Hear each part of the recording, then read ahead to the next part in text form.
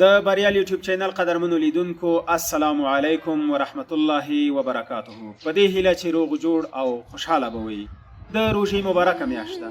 الله جل جلاله دې ستاسو ټولو عبادات قبول او منظور وګرځوي. روژه د رحمت، مغفرت او د جهنم له اور څخه د خلاصون میاشت ده. د روژې مبارکې وروستۍ 10 شپې ورځې د جهنم له اور څخه د خلاصون شپې ورځې دي.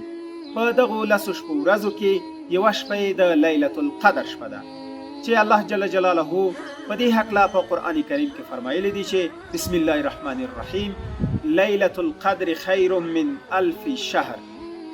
د لیلة القدر شپه هغه شپه ده چې له 1000 میاشتو بهتره ده.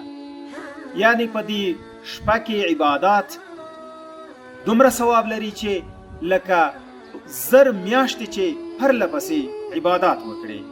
نو له تاسو محترمو لیدونکو مو هیله دا ده چې په ټوله روژه کې بلکې په ټول ژوند کې عبادات وکړئ، صدقې ورکړئ او نیک کارونه وکړئ، خو بالخصوص په دغو 10 شپو ورځو کې ډیره توجه ورته وکړئ او ډیر عبادات وکړئ، که هغه مالی عبادات وي که ځاني وي.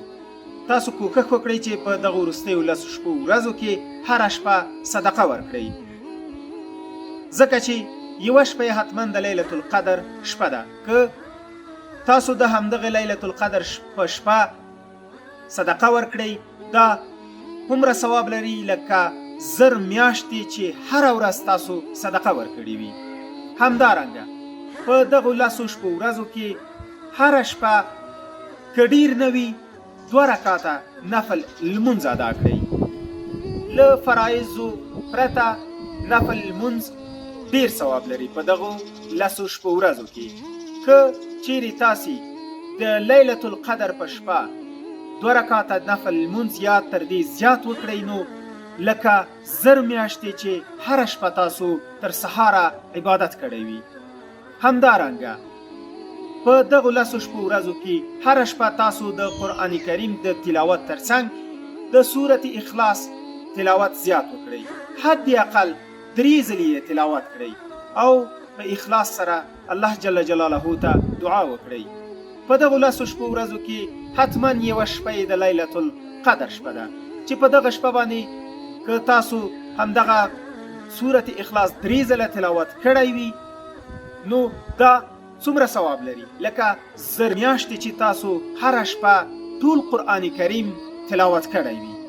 نو له تاسو قدرمنو مو هیله هم دا ده چې په ټول ژوند کې بلکې په ځانګړي ډول په دغه مبارکه میاشت کې او خصوصا وروستیو 10 شپو ورځو کې چې د دوزخ له اور څخه د خلاصون شپې ورځې دي، الله جل جلاله ته ډېر عبادات وکړئ، ډېرې زارۍ وکړئ، ډېرې دعاګانې وکړئ او هر شرعي حاجت چې لرئ له الله جل جلاله څخه یې د پوره کېدو غوښتنه وکړئ.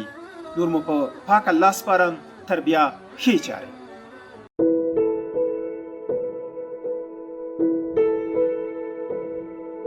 بریال ټیوب د په زړه پورې او ګټورو مطالبو پانګه.